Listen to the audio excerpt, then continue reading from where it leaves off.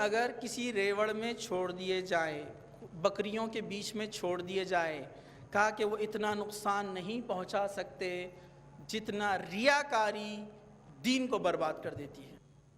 کہا کہ 2 بھیڑیے، بھوکے بھیڑیے بکریوں میں چھوڑ دیے جائے جو ان کو چیر پھاڑ کر دیں گے، وہ نقصان کم ہے جتنا نقصان ریاکاری انسان کے دین کو پہنچاتی ہے۔ تو ریاکاری کیا کرتی ہے؟ دین کو برباد کر دیتی ہے۔ اسی طرح جو ہے تیسری چیز، اعمال کو برباد کرتی ہے اور اللہ کی لعنت کا سبب بنتی ہے۔ ریاکاری کیا کرتی ہے؟ اللہ کی لعنت کا سبب بنتی ہے۔ کیسے؟ سورہ ماؤن آیت نمبر 4 سے 7 اللہ سبحانہ و تعالیٰ نے فرمایا فَوَيْلٌ لِّلْمُصَلِّينَ کہ لعنت ہے، ویل ہے نمازیوں پر۔ فَوَيْلٌ لِّلْمُصَلِّينَ الَّذِينَ هُمْ عَنْ صَلَاتِهِمْ سَاهُونَ الَّذِينَ هُمْ يُرَاءُونَ، یرا یہ ریا اسی سے آیا ہے، لوگوں کو دکھانے کے لیے نماز پڑھتے ہیں، نماز میں غفلت برتتے ہیں، ان کے لیے کیا ہے؟ ویل، فویل الویل، ویل کا مطلب ہوتا ہے لعنت، اللہ تعالیٰ ان پہ لعنت کرتا ہے۔ احادیث میں ویل کا معنی جہنم بھی لیا گیا ہے کہ جہنم کے ایک حصے کا نام ویل ہے۔ اس کے مفسرین نے الگ الگ معنی بتائے ہیں۔ ایک معنی یہ بھی آتا ہے اللہ کی لعنت ہے ان کے اوپر، اللہ تعالیٰ کی لعنت ہو گئی، اس لیے ایک تو نماز میں سستی کرتے ہیں اور دوسرا لوگوں کو دکھانے کے لیے جو ہے وہ نماز پڑھتے ہیں۔ تو جو ریاکاری کرتا ہے اس پر اللہ کی لعنت ہوتی ہے، اور جس پر اللہ کی لعنت ہو وہ دنیا اور آخرت دونوں جہاں میں ناکام ہو جائے گا۔ چوتھی ہلاکت، ریاکاری کی وجہ سے ہونے والی چوتھی ہلاکت یہ ہے، ریاکاری کرنے والے کے اعمال ایسے صاف کر دیے جاتے ہیں جیسے کسی پتھر پر پڑی ہوئی مٹی بارش کے پانی سے صاف ہوتی ہے۔ اللہ سبحانہ وتعالیٰ نے قرآن مجید میں اس کا جو ہے ذکر کیا کہ اے ایمان والو اپنے احسانات، اے ایمان والو احسان جتلا کر، اذیت پہنچا کر اپنے اعمال کو برباد نہ کرو۔ جس طرح وہ شخص جو اپنا مال لوگوں کو دکھلاوے کے لیے خرچ کرتا ہے، نہ اللہ پر ایمان رکھتا ہے نہ قیامت پر ایمان رکھتا ہے، بس اس کی مثال اس صاف پتھر کی طرح ہے جس پر تھوڑی مٹی پڑی ہو، پھر اس پر زوردار بارش ہوئی ہو اور وہ اسے بالکل صاف ستھرا کر دیتی ہے، صاف ستھرا اور سخت چھوڑ دیتی ہے، تو اس کے اعمال ایسے ہی برباد ہو جاتے ہیں، اور اللہ کافر لوگوں کو ہدایت نہیں دیتا۔ تو جتلانا، دکھانا، ریا کرنا آپ کے اعمال کو ایسے برباد کر دیتا ہے جیسے پتھر پر پڑی ہوئی مٹی کو بارش صاف کر دیتی ہے، پورا کلین ہو جاتا ہے۔ مطلب بہت راتوں کو جاگے ہوں گے، رمضان میں اٹھے ہوں گے، نماز پڑھے ہوں گے، پوری تراویح ادا کی ہوگی، حقوق ادا کیے لوگوں کے، اور آپ نے زکوٰۃ دی، حج کیا، لیکن یہ سب کی حیثیت مٹی کی ہے، اور ریاکاری جو عمل ہے وہ ایسے جیسے بارش آئی اور اس نے سارا صاف کر دیا، سارے عمل برباد۔ پانچویں ہلاکت، قیامت کے دن رسوائی ہوں گی اور اس کا کوئی صلہ نہیں ملے گا۔ اللہ تعالیٰ ریاکار شخص کو قیامت کے دن بھی رسوا کرے گا۔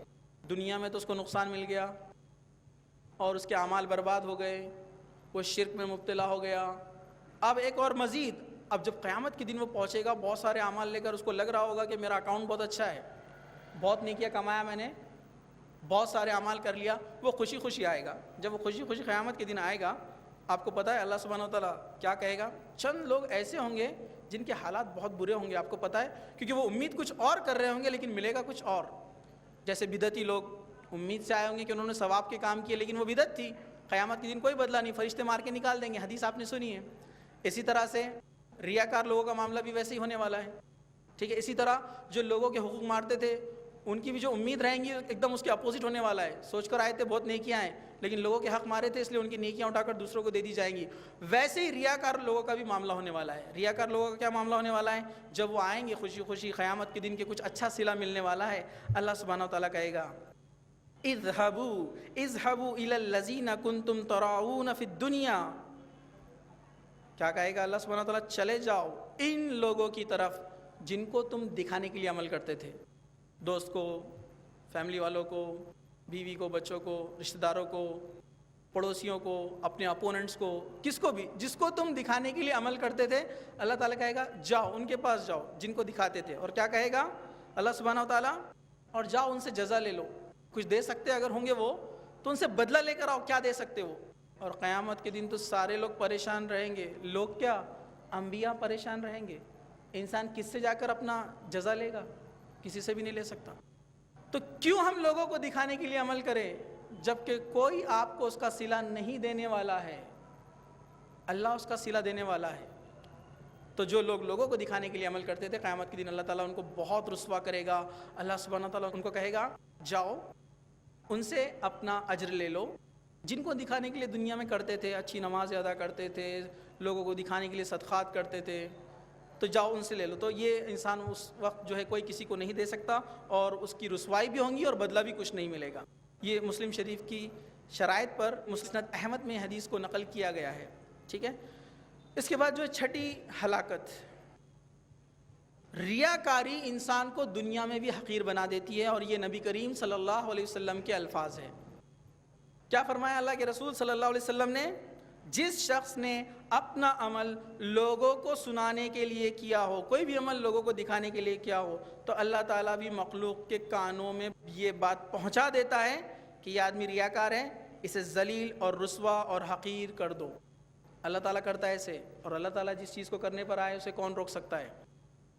کیا کہا اللہ کے رسول صلی اللہ علیہ وسلم نے؟ کوئی شخص لوگوں کو دکھانے کے لیے جب عمل کرتا ہے تو اللہ تعالیٰ لوگوں کے دلوں میں کیا بات ڈال دیتا ہے؟ یہ ریاکار ہے، جھوٹا ہے، اور اس کو ذلیل کر دیا جاتا ہے. ابن ماجہ کی یہ روایت ہے، حدیث ہے. اور آپ نے دیکھا پچھلے زمانوں میں جن لوگوں نے حدیثوں میں چھیڑ چھاڑ کر کے اس میں گڑبڑی کرنے کی کوشش کی، جو اللہ کے رسول صلی اللہ علیہ وسلم کا نام لے کر نعوذ باللہ غلط باتیں گھڑتے تھے، اللہ تعالیٰ نے ہر زمانے پکڑ کی. اس زمانے میں اللہ سبحانہ وتعالیٰ نے سچے محدثین بھیجے جنہوں نے ان کی پکڑ کی، ان کو دنیا کے سامنے لائے، ان کو رسوا کیا. آج حدیث کے ذخیروں میں ان کو کیا کہا جاتا ہے؟ فلاں جھوٹا تھا اس لیے اس کی حدیث نہیں لی جائیں گی، فلاں آدمی بصرہ میں حدیثوں کو گھڑا کرتا تھا، منمانی چیزیں بیان کرتا تھا. تو وہ ذلیل ہوئے ریاکاری کرنے کے لیے، اللہ اور اس کے رسول کے نام پر جھوٹی باتیں بیان کرتے تھے، کوئی حوالہ دلیل نہیں ہوتی تھی، بس بیان کرتے جاتے. اللہ نے ان کو ذلیل کیا دنیا میں. آج محدثین کے پاس ریکارڈ ہے 5 لاکھ سے زیادہ اسلام کا جو نالج ہے، جو ایجوکیشن اور جو کنٹینٹ ہے، آج دنیا بھر کے جو لوگ ہیں، جو علماء ہیں، اپنے اپنے اسکالر جو اپنی اپنی فیلڈ کے، وہ کہتے ہیں کہ سب سے زیادہ جو کنٹینٹ ہے وہ اسلام کے پاس ہے، مسلمانوں کے پاس ہے. 5 لاکھ لوگوں کی پوری زندگی احادیث کے اندر ان کی پیدائش سے وفات تک قید کر دیا گیا ہے. یہ جو ہے تابعین، تبع تابعین، ان کے بعد کے لوگوں کی محنت، ہمارے سلف صالحین کی محنت ہے. پورا ڈیٹا کہ وہ کیسے تھے پورا قید کیا گیا ہے. کسی بھی کمیونٹی کے پاس اتنا بڑا ڈیٹا نہیں ہے. تو کیسے ہوا؟ اللہ تعالیٰ کرتا ہے یار. اللہ تعالیٰ کی مدد سے یہ ہوتا ہے کہ اللہ تعالیٰ نے بتا دیا کہ کون صحیح تھے جنہوں نے محنت کی اور کون غلط تھے، کون جھوٹے تھے. تو اللہ تعالیٰ ذلیل کرتا ہے ریاکار لوگوں کو، آج نہیں تو کل، لیکن اللہ تعالیٰ لوگوں کے سامنے ان کی باتوں کو لے کر آتا ہے. 7ویں ہلاکت کیا ہے؟ ریاکار کا آخرت میں کوئی حصہ نہیں ہے، اسے کوئی چیز نہیں دی جائیں گی. مسند احمد کی حدیث ہے کہ اللہ سبحانہ تعالیٰ محمد رسول اللہ صلی اللہ علیہ وسلم سے کہہ رہا ہے کہ اے نبی، اس امت کو بلند مرتبے، زمین میں غلبے، اللہ کی مدد اور دین میں رفعت کی بشارت سنا دو، اور ان میں سے جو شخص آخرت کے عمل کو دنیا کی خاطر کرے گا تو آخرت میں اس کا کوئی حصہ نہیں ہے. اللہ تعالیٰ فرما رہا ہے کہ ہم تم کو بلندی دیں گے، رفعت دیں گے، بہت ساری چیزیں عطا کریں گے، لیکن تمہاری نیت اگر ایسی ہوئی کہ دنیا کمانے کے لیے، اللہ کو راضی کرنے کے لیے نہیں، تو آخرت میں اس کو کچھ نہیں ملنے والا، زیرو. ریاکاری کا معاملہ کیسا ہے آپ کو پتہ ہے؟ جو میتھمیٹکس جانتے ہیں ان کو پتہ ہوگا کہ ریاکاری ایسے ہے کہ جس نے بہت نیکیاں کمائی ہوں گی، ہزاروں، لاکھوں، کروڑوں، اربوں، تو علماء کیا کہتے ہیں؟ اس کو لگا دو ضرب زیرو.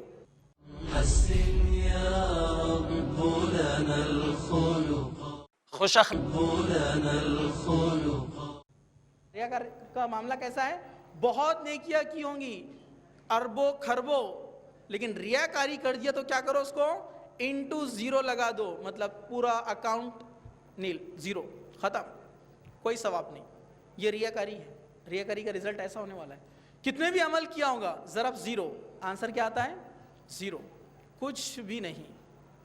تو تو علماء کہتے ہیں اس کا معاملہ ایسے ہی ہے، تو اس کا آخرت میں کوئی حصہ نہیں ہے۔ مسند احمد کی حدیث ہے۔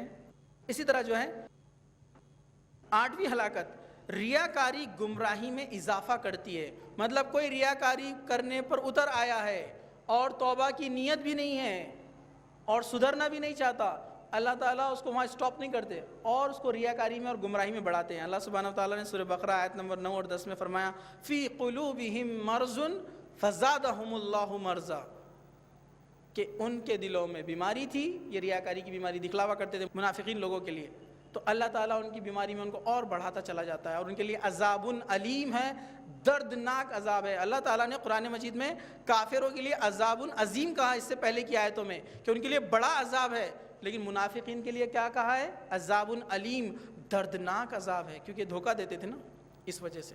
تو ریاکار شخص کی بیماری کو اللہ تعالیٰ اور اس کو بڑھاتا ہے اگر وہ توبہ نہ کرے تو۔ اور 9ویں چیز ہے کہ ریاکار انسان کے ساتھ اللہ کی مدد نہیں ہوتی۔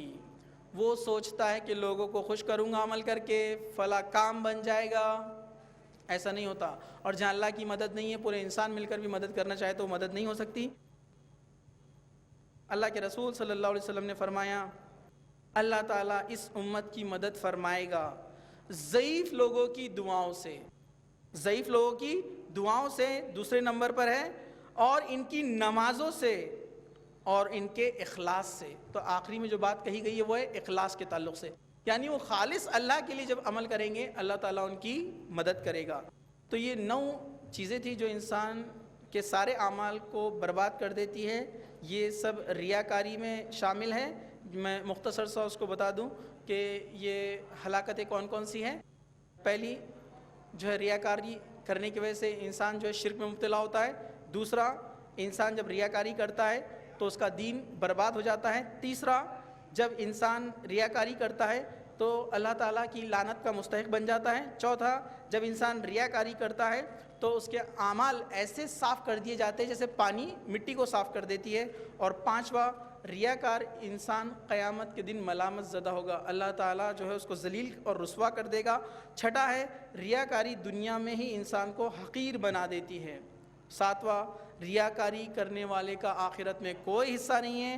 آٹھواں، ریاکاری گمراہی میں اور اضافہ کرتی ہے۔ اور نواں ہے، ریاکار انسان کے ساتھ اللہ کی مدد نہیں ہوتی۔ اب آخر میں مختصر سا میں آپ کو بتاؤں وہ کون سے امور ہیں جو ریاکاری میں شامل نہیں ہیں۔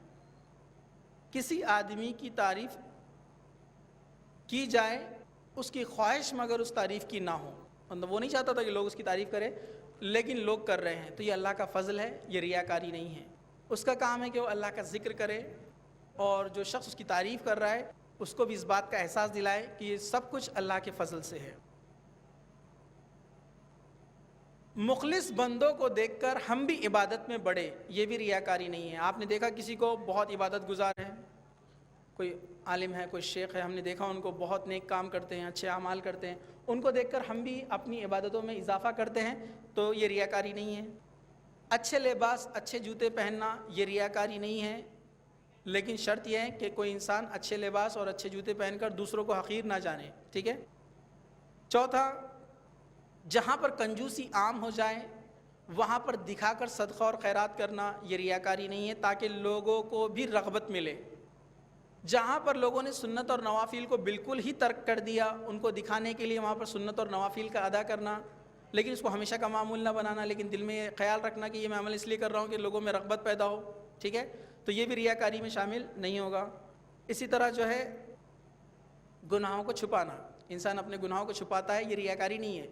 آپ بولیں گے اس نے جو جس طرح وہ کرتا ہے وہ لوگوں کے سامنے ظاہر ہونا چاہیے، نہیں، اگر اس سے کوئی گناہ ہوتا ہے تو اللہ سے معافی مانگے۔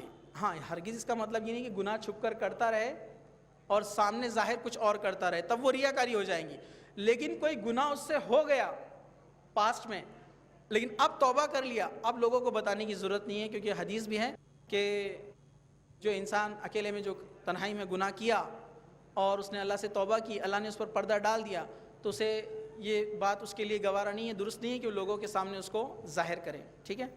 تو یہ چند چیزیں ایسی ہیں جو ریاکاری میں شامل نہیں ہیں۔ اب ریاکاری سے کیسے بچے، مختصر سا آپ کے سامنے میں رکھ دیتا ہوں، کیونکہ ریاکاری کا معاملہ یہ بہت ہی عجیب ہے۔ میں نے بتایا نا، ابو موسیٰ اشعری رضی اللہ عنہ فرماتے ہیں مسند احمد کی حدیث ہے کہ ریاکاری انسان کے اندر ایسے داخل ہوتی ہے جیسے چینٹی کی چال. چینٹی کی چال ہم محسوس نہیں کر سکتے، ویسے ریاکاری اندر آ جاتی ہے. اور سب کے ساتھ ایسی کیفیت کبھی نہ کبھی آتی ہے، ہر انسان کے ساتھ آتی ہے. تو وہ پریشان ہو جاتا ہے، میں ریاکاری کر رہا ہوں. تو کبھی کبھی غلط معاملہ یہ ہو جاتا ہے کہ وہ عبادت کو چھوڑ دیتا ہے، ایک دم نگیٹو چلا جاتا ہے کہ ریاکاری ہو رہی ہے اس لیے میں کیا کرتا ہوں، عبادت ہی نہیں کرتا ہوں. نہیں، اس کا حل کیا ہے؟ شریعت نے ہمیں اس کا حل بھی بتایا ہے. سب سے پہلی چیز اللہ کا خوف ہمارے دل میں ہم رکھیں کہ ایک دن مرنا ہے اور قبر میں جانا ہے. اللہ کے رسول صلی اللہ علیہ وسلم نے فرمایا لذتوں کو کاٹ دینے والی، ختم کر دینے والی موت کو یاد کرو، کثرت سے یاد کرو. انسان کیوں کرتا ہے ریاکاری؟ دنیا میں مال کمانے کے لیے، عزت کمانے کے لیے، شہرت کمانے کے لیے، لوگ اس کو اچھا کہے اس لیے. یہ ساری چیزیں سوچے کہ ختم ہونے والی ہے، ایک دن قبر میں جانا ہے اور اس کے بعد نیکسٹ اسٹیپ جنت یا جہنم. تو اللہ کا خوف، عذاب قبر جو میں نے پہلے بتا دیا. تیسرا، ریاکاری کی جو ہلاکتیں ہیں ان کو یاد رکھنا، جو میں نے آپ کے سامنے بیان کی، ان کو یاد رکھنا کہ کیا کیا ہلاکتیں ہیں. چوتھا، وہ عمل کرنا جس سے شیطان دور بھاگتا ہے. کسی نے آپ کی تعریف کی تو کہیے الحمدللہ، یہ تو اللہ کا فضل ہے، اللہ نے سب کیا، میں تو کچھ بھی نہیں ہے. یہ بڑی بات ہے کہ اللہ نے مجھے استعمال کیا اس کام کے لیے. تو آپ ایسے عمل کریں جس سے شیطان بھاگ جاتا ہے. جب خود کی تعریف کی جائے اور ہم اس کی نفی کریں کہ نہیں میں تو کچھ بھی نہیں ہے. اللہ کے رسول صلی اللہ علیہ وسلم خود فرمائے میں بھی جنت میں نہیں جا سکتا جب تک اللہ کا رحم نہ ہو. تو ہم کیا چیز ہے ایسے سامنے والے کو کہے. تو شیطان کو بھگائے اور شیطان کو دور کرنے کے لیے کیا کیا طریقے ہیں؟ ایک تو یہ اللہ کی تعریف کی جائے، اللہ کا ذکر کیا جائے، ٹھیک ہے. اور جب کوئی تعریف کرے تو فوراً اللہ سبحانہ و تعالیٰ کی طرف متوجہ ہو. قرآن کی تلاوت، نوافل کی کثرت، عبادت میں اضافہ کرے، ٹھیک ہے. تو یہ ساری چیزیں شیطان کو دور بھگا دیتی ہے. پانچویں چیز ہے عمل کو چھپانا. جو ہم نیک اعمال کرتے ہیں لوگوں کو ظاہر نہ کرے، کوشش کرے کہ ہم اس کو چھپائیں. ہاں کسی کو پتہ چل جائے تو یہ اور بات ہے. چھٹی چیز ہے لوگوں کی تعریف کی پرواہ نہیں کرنا. لوگ خوب تعریف کرتے، کبھی کبھی بہت چڑھاتے ہیں. اور ہمارا معاملہ بھی عجیب ہو گیا. میں نے دیکھا آج غیر مسلموں نے ہماری چیزوں کو اپنا لیا ہے. جب ان کی تعریف کی جاتی تو کیا کہتے؟ نہیں وہ اوپر والے کا کرم ہے. آج ان کے یہ ڈائلاگ ہے. اور اپنے کسی مسلمان بھائی سے کہا جائے کہ ارے واہ آپ نے تو بہت کمال کر دیے، زبردست، تو اس کا جواب کیا ہوتا ہے؟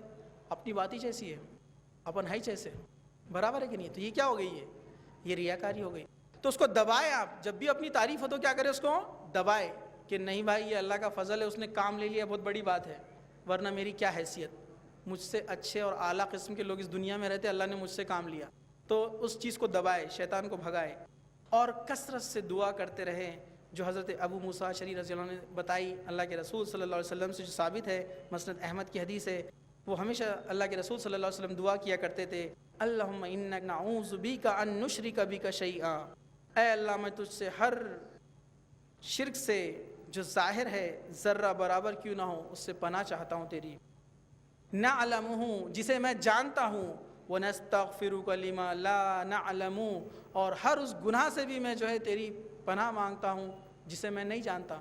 مطلب اے اللہ میں جو چیزوں کو جانتا ہوں شرک ہر قسم کے اور جو نہیں جانتا ان سب سے تو میری حفاظت کر. یہ دعا کرتے رہنا یہ بہت اہم چیز ہے. تو یہ ریاکاری کے تعلق سے اس کی کیٹیگریز، اس کے ٹائپس اور اس کی جو ہلاکتیں ہیں اور اس سے کیسے بچا جائے یہ مختصر سا میں نے آپ کے سامنے رکھا.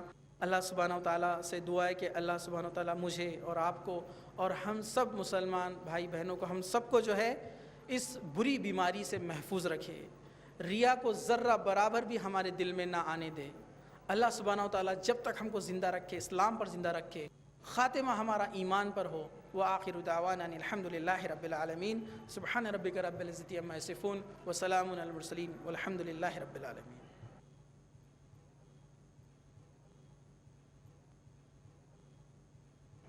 جزاک اللہ خیرا کثیرا. تو ابھی آپ جناب ارشد خان صاحب سے بہت ہی اہم موضوع ریاکاری، اعمال کی بربادی، اس پر خطاب سماعت فرما رہے تھے. اللہ سے دعا ہے کہ اللہ تعالی ہم تمام کو ریا سے محفوظ رکھے، ہمارے اعمال میں اخلاص پیدا فرمائے. آمین یا رب العالمین. أضفيت على الحسن العبقى فالورد تضوع واعتنقا. حسن يا رب لنا الخلقا طهره فلا يحوي نزقا.